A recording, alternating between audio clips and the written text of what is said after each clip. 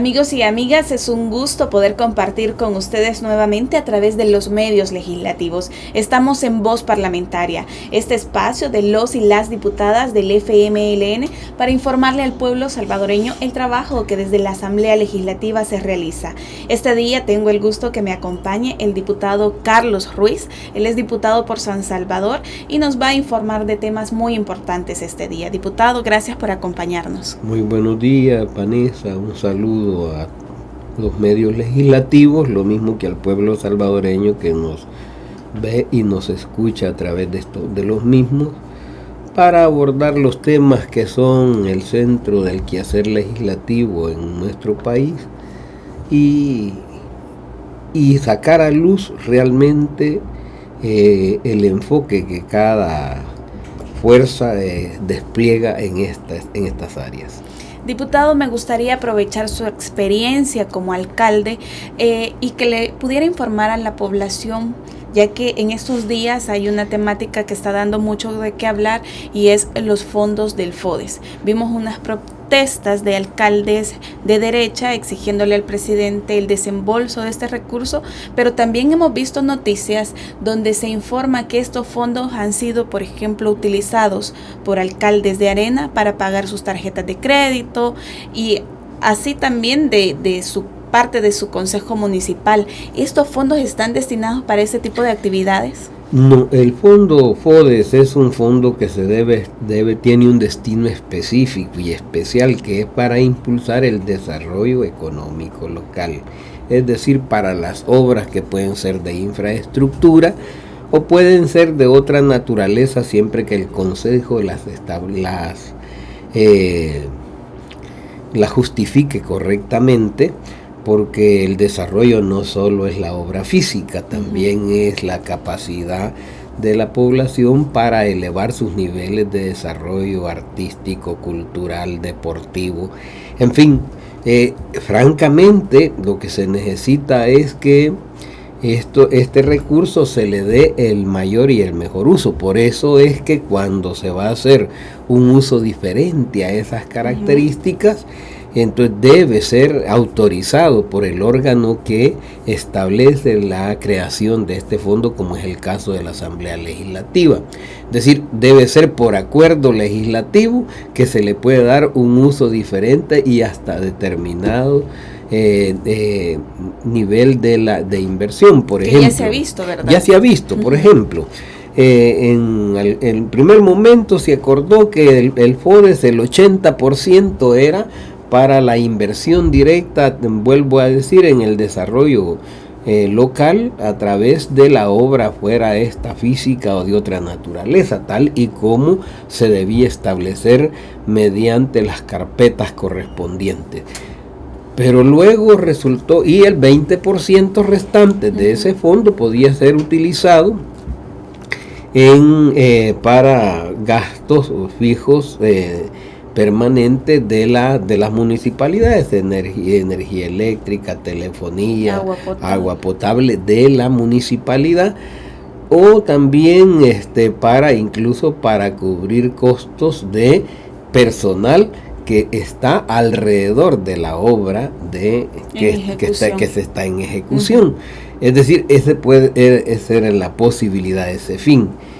De tal manera que entonces el resto del fondo FODES debe ser utilizado tanto ya sea para contratación de empresas o para ejecución directa, porque cuando los municipios le ponen mente y es el gobierno municipal el que asume la responsabilidad, elabora su carpeta técnica, si es una obra física, les busca manejar con más eficiencia la compra de materiales, es decir, se ahorra los costos indirectos que uno dice, es decir, los costos indirectos, llámese así, a lo que es la ganancia de la empresa que contrata en otro caso, si no lo hace él en forma directa.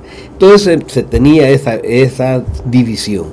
Pero luego se sintió que el 20% era muy poco, porque las exigencias del trabajo administrativo a veces exige un poco más, entonces se autorizó hasta el 25% para el manejo administrativo del desarrollo local. Y todo lo demás para obra, pero hubo un tiempo en que por las razones que sea, a gobiernos locales no lo que percibían por tasas e impuestos no les daba para cubrir sus necesidades, y empezaron a tener un problema muy agudo con la recolección, traslado y tratamiento final del desecho sólido, porque hay que tomar en cuenta que se vino la gran batalla porque desaparecieran los botaderos a cielo abierto por el nivel de contaminación que ejerce ese tipo de despliegues. Entonces, de despliegues del desecho, al dejarlos en forma abandonada, entonces se vino que hubo una solicitud de los alcaldes de que se les permitiera usar hasta el 50%, hasta el 60%, perdón. Pero todas estas modificaciones pasan por la Asamblea Legislativa. Deben de pasar por la Asamblea Legislativa, porque si no, eso se llama malversación. Es decir, si usted lo usa para otro fin sin tener la autorización, eso se llama malversación del recurso público. Y sobre todo cuando es para fines personales, como pagar la tarjeta de crédito personal. No, eso ya es delito. Bueno, ya incluso el acto de malversación es un delito. Que puede ser calificado mediante una sanción administrativa o una sanción patrimonial, lo cual lo lleva a los tribunales en otras características. De tal manera que entonces, hasta que se acordó darles hacerles la asignación, ampliar el rango por la porcentualidad que podían usar, entonces fue posible orientar en esa dirección esos recursos. Y entonces hoy viene que a veces lo que pasa es que en nuestro país y en nuestra sociedad se han venido cultivando culturas de uso y abuso. Es decir, está un recurso, en este caso en una dirección, pero el funcionario se le hace que él puede, incluso a veces sin siquiera darle trámite a la dirección en la que va a usar un recurso, lo usan y después creen pero ahí viene el señalamiento de la Corte cuando hay un seguimiento realmente que exprese la seriedad con que se hace el trabajo, porque en otros casos a veces la Corte misma estuvo siendo usada para otros fines, no para el fin objetivo para el que ha sido desarrollado. Bueno, en los últimos tiempos yo con asombro he visto que hay municipios que le han dado un uso irracional como el que usted menciona, pero yo quisiera decir, eso está en proceso de investigación, y mal haría uno en empezar a decir que así es sin que antes se haya probado que francamente así es. Pero si llegara a ocurrir que es así, eso es un delito, y es un delito que lleva a los actos penales, es decir, ya pasa al terreno de la judicialización y el terreno de la penalización por la vía judicial, lo cual es grave para cualquier funcionario, que aunque uno devuelva no quiere decir que no ha cometido el delito. El problema es que cometió el delito, independientemente de que después se vea forzado a regresarlo, pues sí, pero la sanción ya se la ganó, y cuál tipo de sanción va a ser, eso ya está establecido en la ley, ya no tiene uno que estar descubriendo la orilla azul, porque ya está plantada de antemano, la ley ya dice qué es lo que va a ocurrir.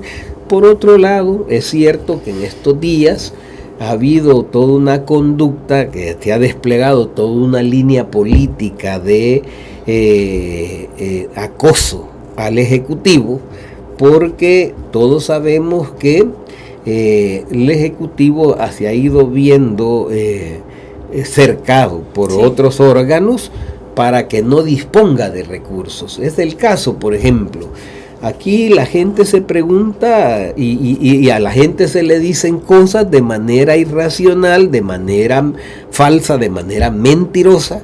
Se le dicen cosas que después la gente las cree, como las ve por televisión, sí. las lee en los diarios, las escucha en la radio, y el noticiero, y es la gran noticia, sí. Dice, pero no es noticia, es deformación de la información.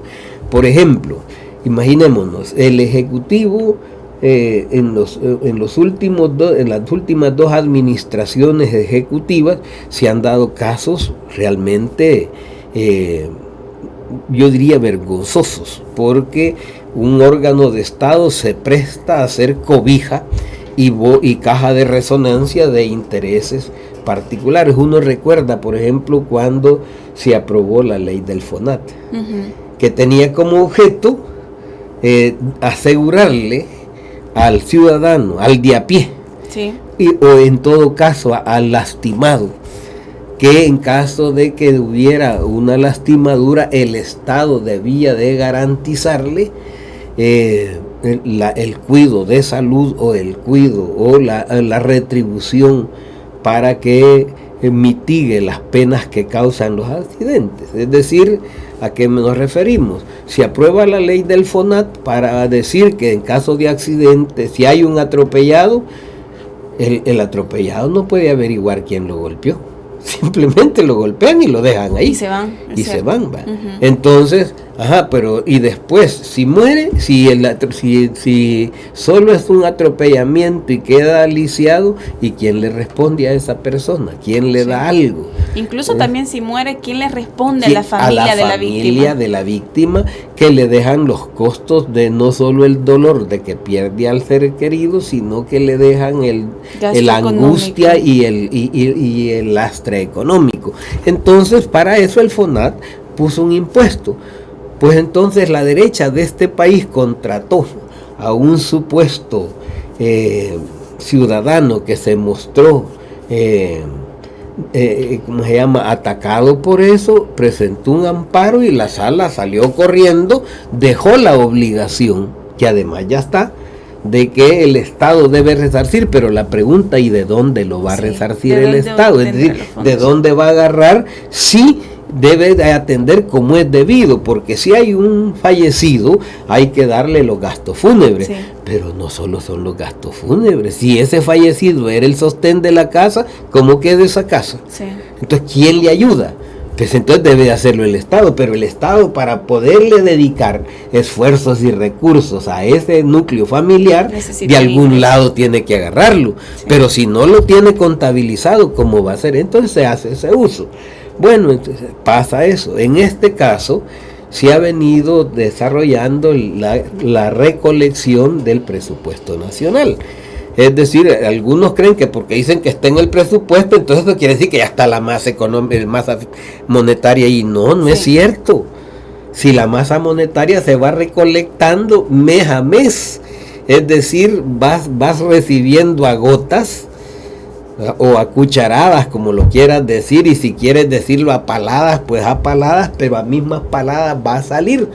Y que muchas de esas paladas, que son los impuestos que las grandes empresas en este país deben por ley pagar, no se están recibiendo porque no las están pagando. No, pero no solo es que no pagan sus impuestos. Uh-huh. El evasor no solo deja de pagar lo que a él como unidad económica le corresponde, sino que, por ejemplo, toda empresa de esa naturaleza recibe el IVA. Sí.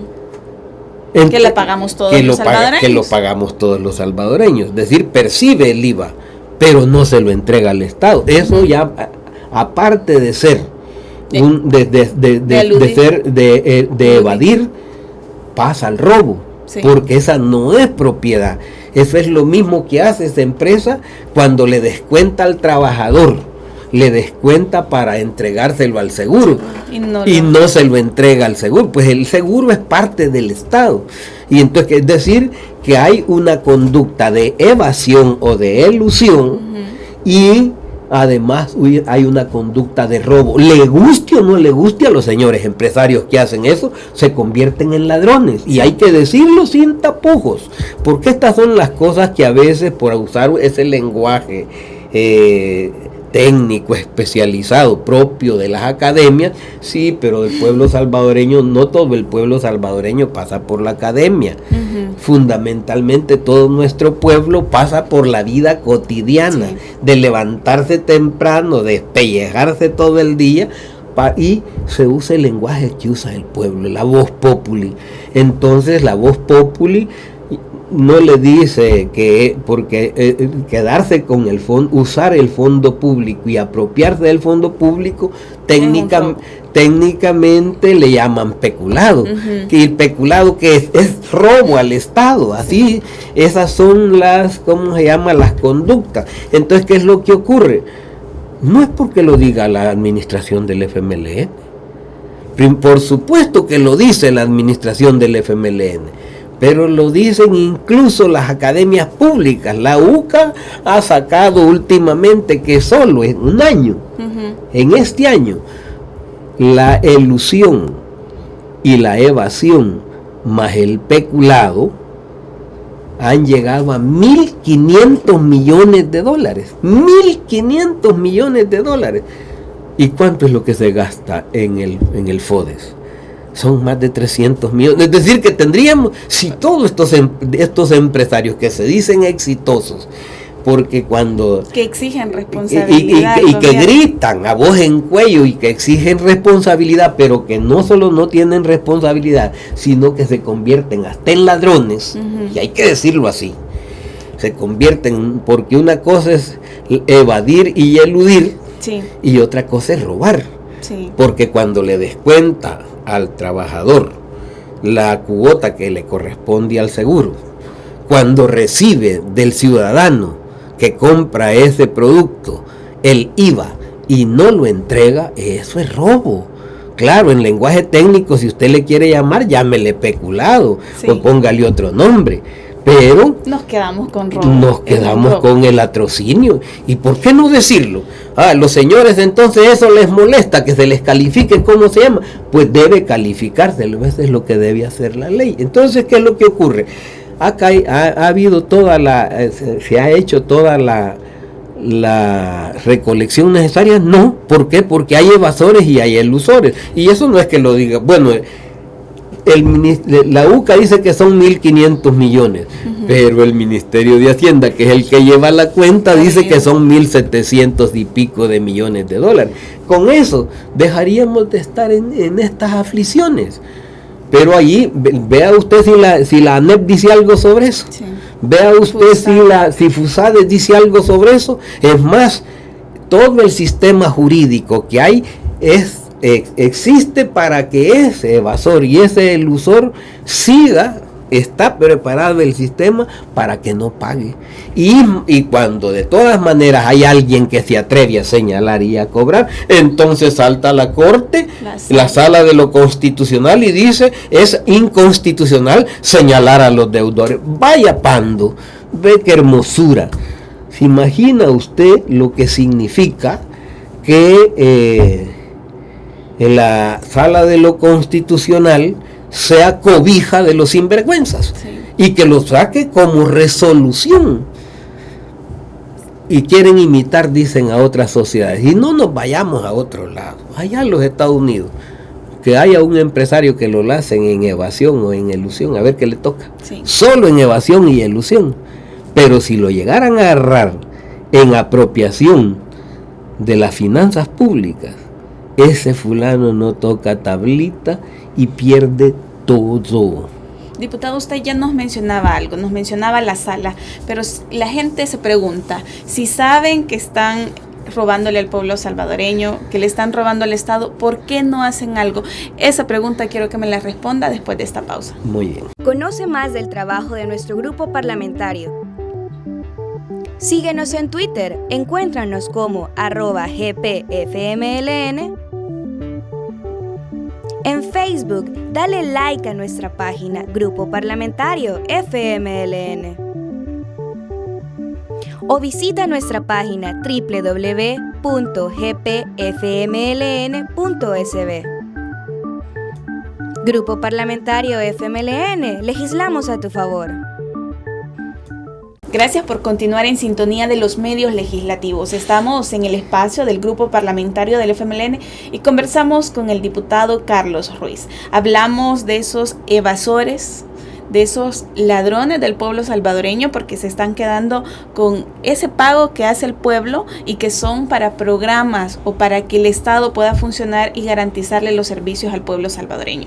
Diputado, antes de irnos a la pausa, yo le preguntaba, si se sabe que, por ejemplo, yo voy a un almacén, compro un producto y a esa empresa yo le estoy pagando el precio del producto, pero también le estoy pagando el impuesto, el IVA, y esta empresa se está quedando con eso y aparte no cumple con su responsabilidad de pagar los impuestos que por ley le corresponden. Si se sabe esto, ¿por qué no se hace nada? ¿Por qué no se solventa? Porque el de a pie, como usted lo decía, está obligado. O sea, él no tiene excusa para decir yo no voy a pagar esto, se lo cobran en cada uno de los productos. ¿Y por qué con ellos no se puede hacer algo? Pues no es que no se pueda hacer, es que no se quiere hacer. ¿Quiénes no quieren? Es concreto, mire, en primer lugar, por eso yo cité una conducta de la Sala de lo Constitucional, que salió rápidamente, solo le hicieron una seña, hey, aquí estoy, que mira, me quieren arrinconar, y rápidamente corrió a sacar una resolución que se supone que no es apelable, por lo menos aquí, porque más allá de la Sala de lo Constitucional se supone que no hay. Fue de manera express y solo con revelar los nombres. Con revelar los nombres, es decir, ya no porque se publica, que se supiera quiénes eran, entonces ese solo hecho salió a prohibir que eso se hiciera. O sea que aquí el aparato de justicia sirve para cobijar al pícaro. Al ladrón. Al ladrón en al este corrupto. caso. Es decir, se dice que hay lucha contra la corrupción, mírenlo ahí. Es decir, no me toque a los señores porque estos son mis niños. Entonces, eso es lo que quiso decirlas, pero no es solo eso. Porque aquí se supone que una vez el Estado establece que alguien está en esa práctica, lo que se hace es que se le pasa la información a Fiscalía y la Fiscalía de oficio debe proceder al cobro. ¿Lo hace? No. ¿Lo ha hecho hasta hoy? No. Y sin embargo, se vive entreteniendo estos órganos en muchas otras cosas. Y no es porque hoy no dispongan de ¿cómo se llama?, del apoyo necesario. Hay que recordar muy específicamente que ha habido hasta un sobreesfuerzo para poder dotar a estos órganos de los medios técnicos y del personal especializado porque hubo refuerzo presupuestario. No me pueden decir que la Fiscalía no ha recibido. Primero se le entregaron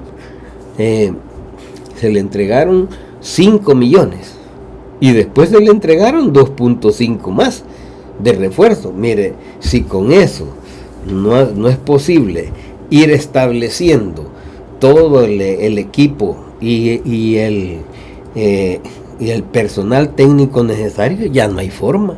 Y siempre habrá queja de que no nos alcanza. Y entonces, ahí están las causales.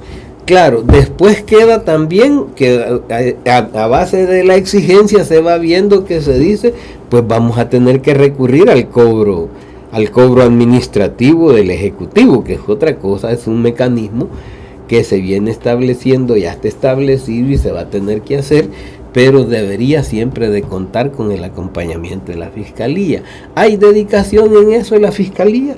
Yo lo siento mucho, hay que decirlo, todavía no. En eso, bueno, tiene hasta denuncias y ahí están quietecitas.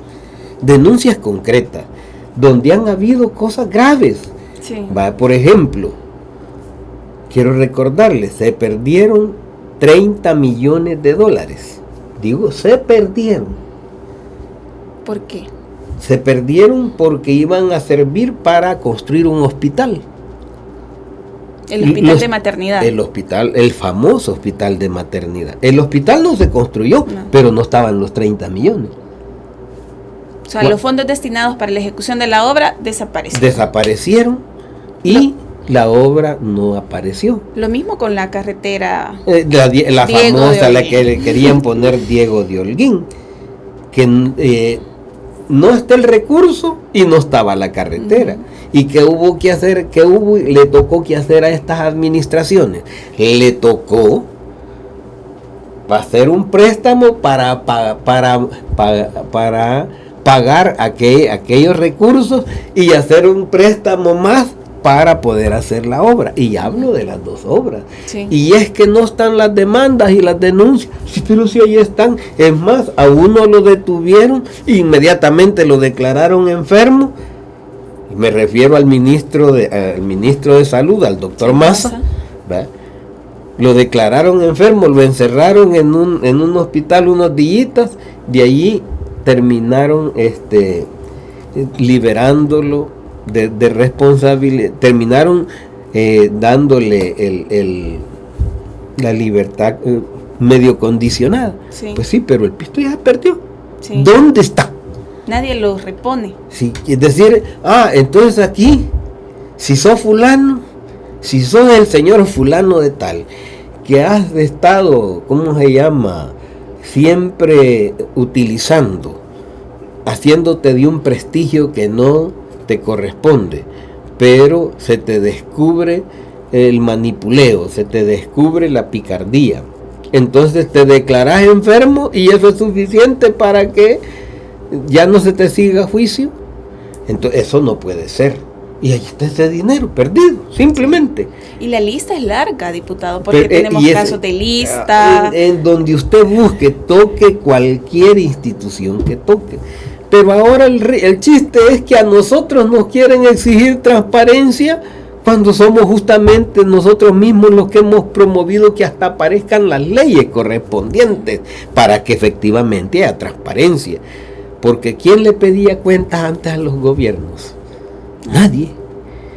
Si eran los alcaldes, hacían lo que querían. Si eran los gobernadores, hacían lo que querían. No había rendición de cuentas.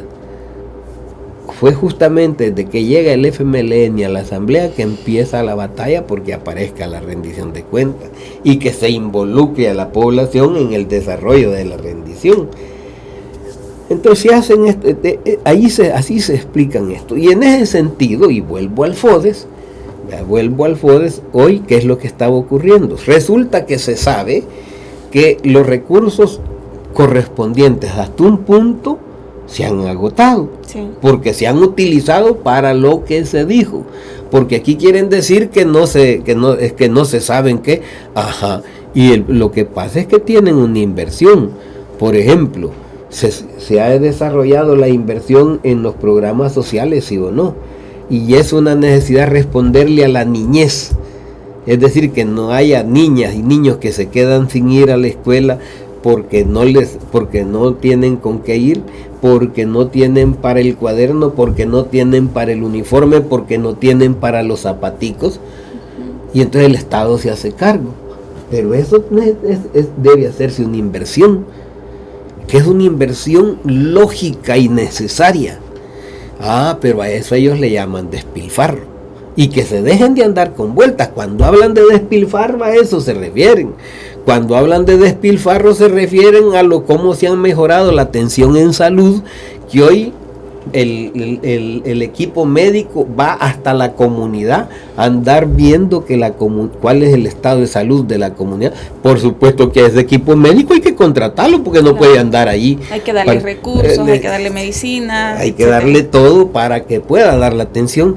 Y ya se vaya usted a cualquier colonia. Hoy resulta que allí anda el equipo médico rastreando. Es que es un nuevo concepto de salud que hay. Ya no es el concepto aquel que hasta que llega boqueando la persona al gran centro hospitalario y que además hasta se mueren en las aceras esperando atención. Todo eso se ha ido eliminando. Eso no lo quieren reconocer. Hay un reconocimiento internacional de los avances que nuestro país ha tenido en materia de salud. Por ejemplo, se ha reducido considerablemente la mortalidad infantil y también la mortalidad materna. Diputado, por un lado vemos esa negativa de la empresa privada, de las grandes empresas, de pagar lo que les corresponde y también de pagar lo que están percibiendo del pueblo salvadoreño. Y por otro lado, que es muy curioso, también vemos esa negativa de incrementar el salario mínimo a la gente que está haciendo que sus empresas rindan frutos. Pues ahí es donde viene, esta es la contra. Lo que pasa es que siempre aquí se le llama empresario exitoso a aquel que con subterfugios se queda con el esfuerzo ajeno. Uh-huh. Es decir, ¿a qué me refiero? Primero, en el Estado hasta quieren que hayan salarios exorbitantes, pero no dicen de dónde va a salir. Y lo que uno revisa es que al final sale de la parte impositiva, que es normal que ocurra. Bueno, pero a su vez, como el empresario privado que grita tanto, como distribuye, cuáles son los salarios que tiene. Este es el país de Centroamérica donde existen los salarios más bajos desde hace ratos. Sí. Donde el salario mínimo, aquí, ¿cuál es? 2.48. ¿Y qué se puede hacer con 240? Que no le dan los 2.48, no, porque va a venir con los descuentos del seguro, con el descuento de AFP. Y entonces, ¿a cuánto se le reduce a la persona? ¿Y qué es lo que puede hacer una familia con 248? Claro, eso empuja a la gente a otro tipo de acciones. Porque al no tener, uno no le puede recomendar a la gente morirse de hambre. Uh-huh. No le puede hacer esa recomendación. Y el que la haga va a recibir la respuesta del que se la haga. Porque le va a decir, ¿por qué no te morís vos? Sí. ¿Verdad? Porque esa sería la primera respuesta lógica. Entonces, ¿qué es lo que ocurre? El mismo que se muestra exigente, ahí están, por ejemplo, ahora diciendo que hay que salir de la crisis. Pero ¿qué es lo que proponen para salir de la crisis? ¿Quién quiere que la pague? El pueblo salvadoreño con despidos. Es decir, quieren que la pague el pueblo pobre y trabajador. Los empresarios no. Y aquí hay que decirlo. Hasta hay opiniones de organismos internacionales donde dicen, sí, que no lo paguen los trabajadores, que no lo paguen los pobres y que no lo paguen los empresarios, que lo paguen las capas medias, para que haya un distanciamiento mayor entre los sectores. Estos son los consejos que dan. Y en teoría, si habría una responsabilidad fiscal, no debería de... No hay necesidad. Crisis. Uh-huh. No hay necesidad. Entonces, cuando hoy salieron unos reclamando el FODES, ¿y a quién le reclamaban? Es decir, el Ejecutivo había tomado las medidas pertinentes, no desde ahora. En abril del 2015 hubo una decisión de la Asamblea Legislativa. O sea, estamos hablando... La aprobación de 900 millones. De hace más de un año atrás. Uh-huh. La aprobación de 900 millones que hubiera impedido esta situación. Es decir, que se aterrizara siquiera en señales de crisis. ¿Por qué? Porque estaba tomado la decisión a tiempo. ¿Qué es lo que dijo la sala? Inconstitucional. Dijo que era inconstitucional y le preguntan, bueno, y tienen la desfachatez de decir, realmente no, el acto reclamado no era inconstitucional, pero era inconstitucional, dicen, el que los diputados suplentes hayan aparecido y como no estaba en la foto, por eso no fueron electos. Pero ellos también fueron elegidos por diputados suplentes. Es que ahí eso lo lleva hasta el prevaricato. Es que ahí es donde está la cosa. Porque estos señores dicen que los diputados suplentes no podían votar ahí para ¿cómo se llama? Para aprobar el préstamo, pero meses atrás habían sido votados ellos mismos por los mismos diputados. Para el préstamo se necesitaron 9. Ajá. Y para elegirlos a ellos se necesitaron 13. Pero para cuando se les elige a ellos, no.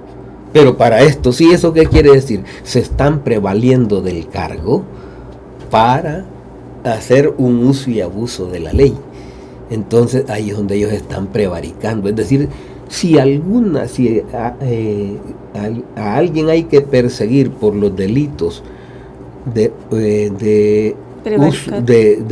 no solo de prevaricato, ellos han hecho usurpación de funciones, porque no es tarea, no es facultad de la Sala de lo Constitucional desarrollar el acto de reformas a la Constitución. Pero ya lo hicieron. ¿Quién los autorizó? Entonces dicen que la línea jurisdiccional. ¿Y quién les ha dicho que acaso y que no está escrita la Constitución? ¿Qué es lo que ellos juraron? ¿Qué les dijeron cuando los estaban ascendiendo a los cargos correspondientes? ¿Qué dice el artículo 235? Respetar y hacer cumplir la Constitución. Dice, para todo funcionario público, civil o militar. Fíjate hasta dónde va. No habla de que los funcionarios civiles, es decir, para cualquier funcionario, civil o militar. Antes de asumir la función encargada, jurará protestará bajo su palabra de honor, ser fiel a la República, cumplir y hacer cumplir la Constitución ateniéndose a su texto. No da chance de interpretaciones, no da chance, es directa, ateniéndose a su texto, cualesquiera fueren las leyes, decretos, órdenes o resoluciones. ¿Y por qué dice todo eso?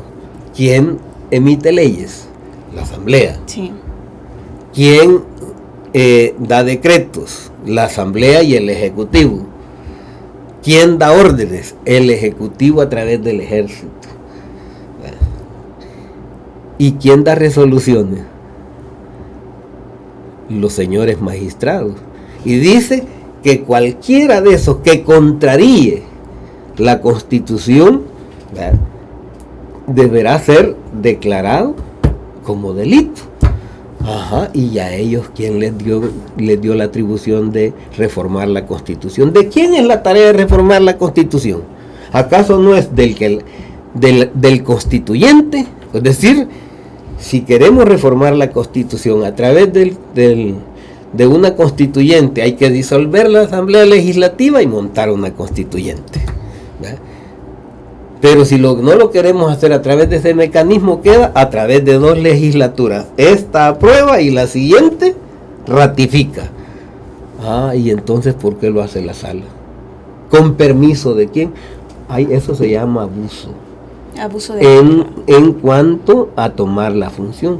Pero al ejecutarla, se llama acto arbitrario, porque fue más allá de lo que tiene indicado. Y bueno, entonces hoy viene uso y abuso de funciones, usurpación de funciones, acto arbitrario, y miren lo que terminaron en el prevaricato. Es decir, se vale la ley vale para que aquellos no lo hagan, pero cuando se trata de mí, yo sí lo puedo hacer. ¿Quién los autorizó? Entonces estos señores son unos verdaderos violadores de la Constitución, y ellos son los que han estado y están en esa ruta. Entonces impidieron que el Estado, porque dijeron, es que los diputados electos no aparecía la foto, por eso no son legales. ¿Quién dice que no son legales? ¿Y dónde estaba la ley que debía de decir que había fotografías del diputado suplente? Sí. Y dicen, es que no, la gente no. Claro que votó, porque la gente sabe que para elegir un propietario, junto a él está eligiendo a un suplente. Y si elige a ese suplente, es decir, no puede inscribir al propietario si no lleva al suplente a la par. Entonces dejen de estar con esas argumentaciones, eso se llaman subterfugios. Dicho de otro modo y en lenguaje público, leguleyadas. Así le dicen, tinterillos les dicen a este tipo de abogados, que más que abogados son abogánster. Entonces este sentido es el que yo creo que queda claro, que así han ido cercando, tratando de aplastar y de impedir que el Ejecutivo disponga de los recursos. Pero ¿qué ha ocurrido? Mire la batalla, se ha desesperado el Ejecutivo, a pesar de entender que se tienen dificultades. Primero, no anduvo escondiendo que había un peligro de crisis, lo dijo claramente, convocó y dijo: señores, el país se aboca a un estado de emergencia. Ha abierto las puertas para la conversación, para que haya claridad sobre lo que se va a hacer y sin engañar al pueblo, porque los otros han estado en crisis y han tratado de ver cómo no se salga eso. Sí. Aquí se ha puesto en claro. Entonces ha habido un ejecutivo responsable. ¿Continuarán las negociaciones? Yo creo que no pueden impedirlo, porque mire, ellos hubieran querido llevarnos al impago si solo los afectados hubieran sido los pobres. Sí. Siempre van a salir más afectados los pobres, pero si hay impago, ya ellos mismos estaban diciendo, hoy los empresarios privados estaban diciendo: miren, ahí vienen. ¿Por qué? Porque ellos también iban a perder. Por eso es que han tenido que aceptar ir a iniciar este pacto. Entonces, ¿qué quiere decir?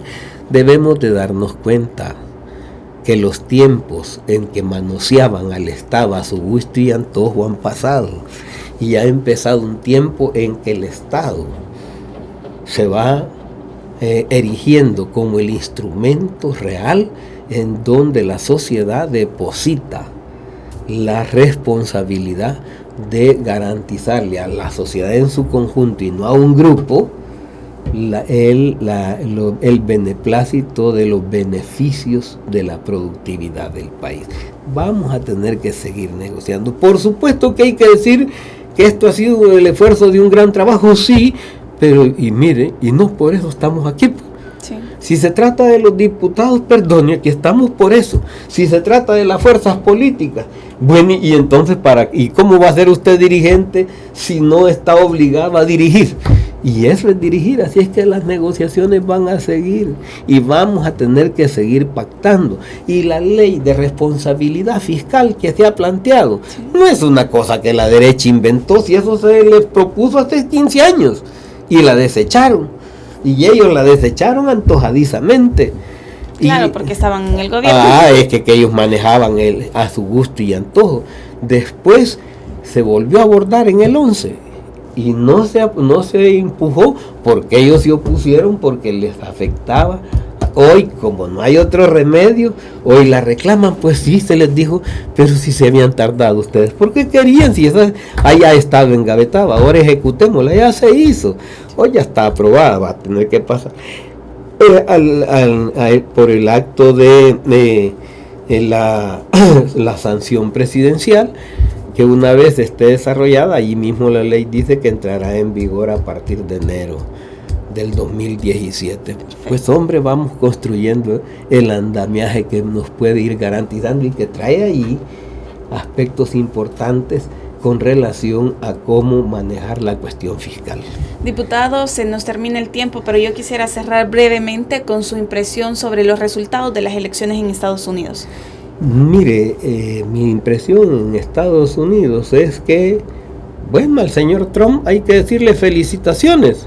A usted le han entregado esa responsabilidad, ojalá la sepa llevar. Porque nosotros no podemos estarle dictando desde aquí las